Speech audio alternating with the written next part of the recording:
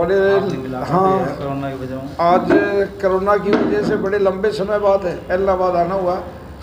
तो पहले भी हमारे चेयरमैन साहब हैं, बाकी जो ब्लॉक मेंबर है या जो वार्ड के मेंबर हैं उनके साथ बातें होती रहती थी। चेल साहब हैं, सबके साथ भी कोई भी ज़रूरत है इसके लिए फ़ोन पे वार्तालाप। क्यों मोदी जी ने कहा था भी जो घर में रहो बच के रहो, लक्ष्मण रेखा खींचो। तो हमने तो उस लक्ष्मण रेखा का पूरा पालन किया। हम घर से बिल्कुल नहीं लेके, अब ये चौथा लॉकडाउन है, कुछ छूट दी है सरकार ने, तो इस कारण इलाहाबाद में हमारा धर्म क्षेत्र कर लो, कर्म क्षेत्र कर लो, तो यहाँ हमारा फ़र्ज़ बनता था आने के लिए। तो इसलिए आज यहाँ पहुँचे और यहाँ पहुँच के सबसे पहले तो मैं उन संस्थाओं का दिल से हार्दिक धन्यवाद करना चाहूँगा जिन्होंने इस कठिन समय में, इस महामारी में, कठिन समय में लोगों की सेवा की। विशेष करके जैसे भारतीय विकास परिषद है, श्री गुरुद्वारा सिंह सभा है, बाबा दीप सिंह गुरुद्वारा सभा है, श्याम मंदिर कमेटी है, शहीद भगत सिंह कमेटी है, ट्रक यूनियन संस्था है, ये 4 व्हीलर यूनियन है, अरोड़वंश सभा है, ग्रीन मिशन संस्था है, हेल्पिंग हैंड है, और भी बहुत सारे लोग हैं जिन्होंने खुद अपने बेस पे भी किए है।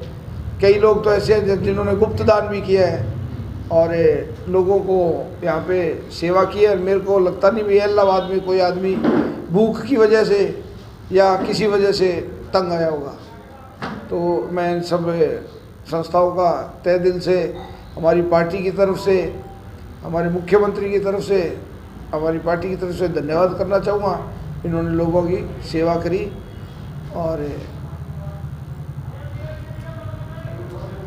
कुछ लोग रंजीत जैसे लॉकडाउन में भी कई राजनेता आए थे, हमारे मीडिया की सुर्खियां बने थे, वो हमारे विधायक जी भी आए थे उधर दौरान, यहाँ मंडियों का दौरा किया था। देखिए जी, वो साइड में शायद रणदीप जी भी गए थे, वो रणदीप सुरजेवाला जी और अभय सिंह जी चौटाला घूमे थे आड़तियों का और किसानों का बहाना लेके, सस्ती लोकप्रियता लेके, लोगों का इकट्ठा करके। इतना वो एक कठिन समय था जिसमें सोशल डिस्टेंसिंग बहुत ज़रूरी थी और उनकी एक छोटी सी गलती की वजह से लाखों लोगों का नुकसान हो सकता था। और वो एक दिन या 1.5 दिन शायद सारी मंडियों में, सरसा से क्या सारी हरियाणा की मंडियों में घूमे। कहीं पे 5,000 आदमी, कहीं पे 2,000 आदमी, कहीं 4,000 आदमी।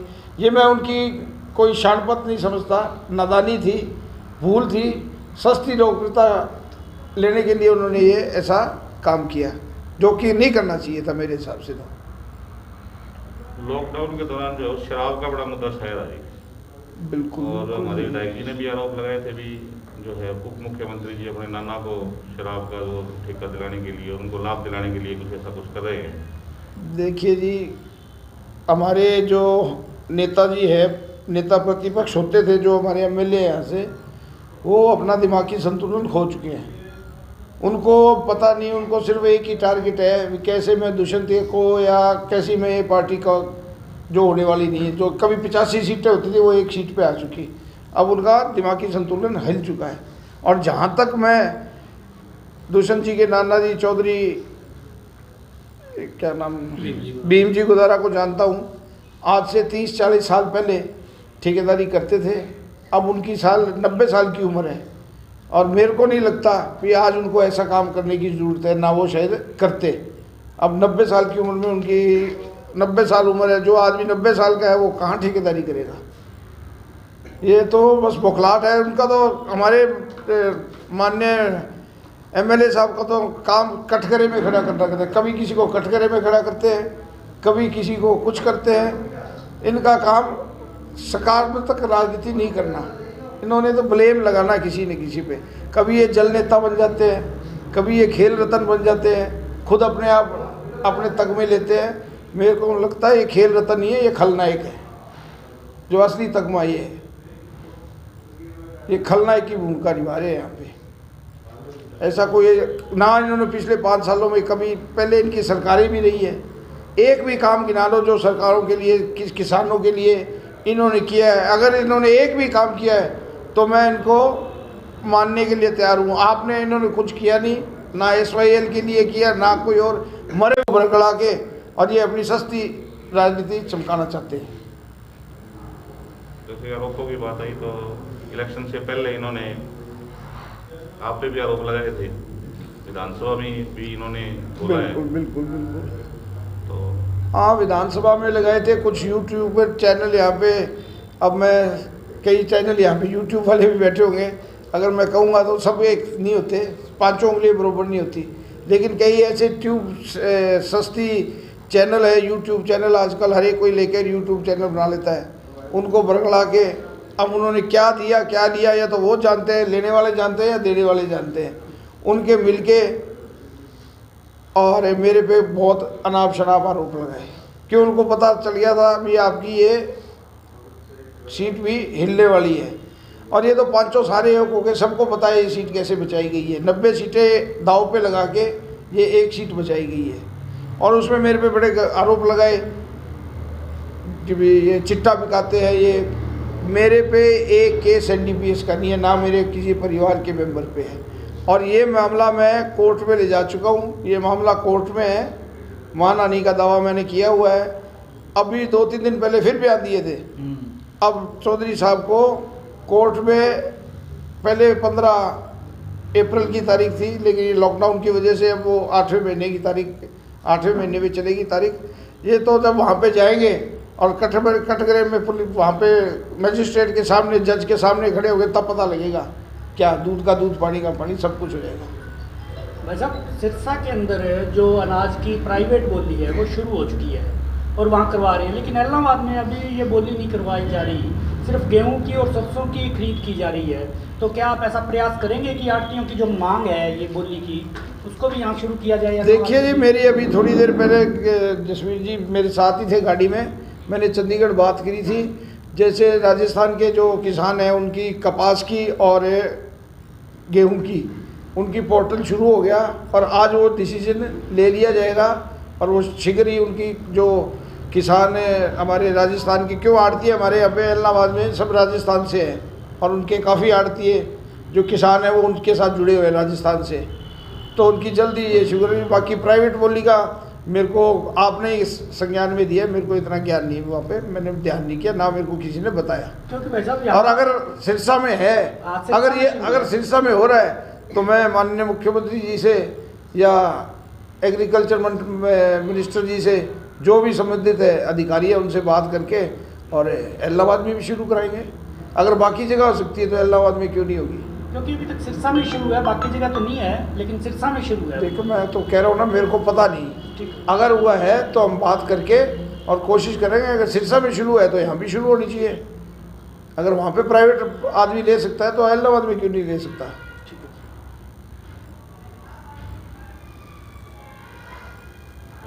जो है आपकी क्या कार्यशैली रहेगी, क्या रणनीति रहेगी कि लोग जो है वो आगे बस लोगों की सेवा करना है, जो पहले करते रहे वही आगे रहेगी। लोगों की सेवा करना है, जो हमारे लायक काम होगा वो बनाएंगे। अब ये लॉकडाउन है और रैली जो रानिया में हुई थी उसके बाद में सरकारी गतिविधि, ये जो राजनीतिक गतिविधि है सारी बंद है।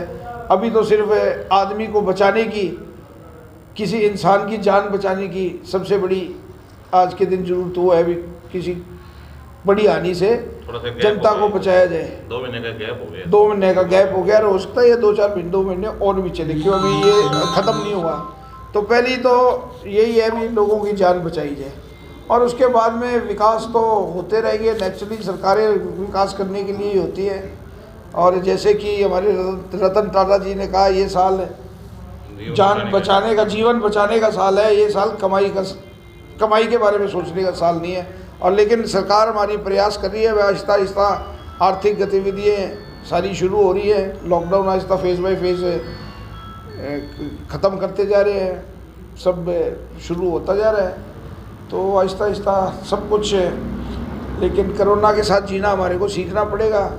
और जो डॉक्टर्स ने हाथ धोना, सफाई रखना, क्लीनलीनेस रखना, जो जो बातें उन्होंने बताई है उनके साथ जीना सीखना पड़ेगा एक बार। क्षेत्र की जनता से भी कुछ अपील करेंगे? जनता से ये अपील नहीं है, जब तक बहुत ज़्यादा ज़रूरी ना हो घर से ना निकलो, घर में रहो, सुरक्षित रहो, दिन में 5-10 बार हाथ धो, मुंह पे मास्क रखो और जो जो गाइडलाइन डॉक्टर्स ने दी है उनको फॉलो करो और सोशल डिस्टेंसिंग बनाए रखो। ये हाथ जोड़ के सारी जनता से, इलाहाबाद की जनता से, हरियाणा की जनता से, इंडिया की जनता से, सारी विश्व की जनता से, क्योंकि ये सिर्फ हमारे देश की बात नहीं है, ना हमारी स्टेट की बात है, ये थ्रू आउट दी वर्ल्ड ये बीमारी अपने पैर पसारती जा रही है।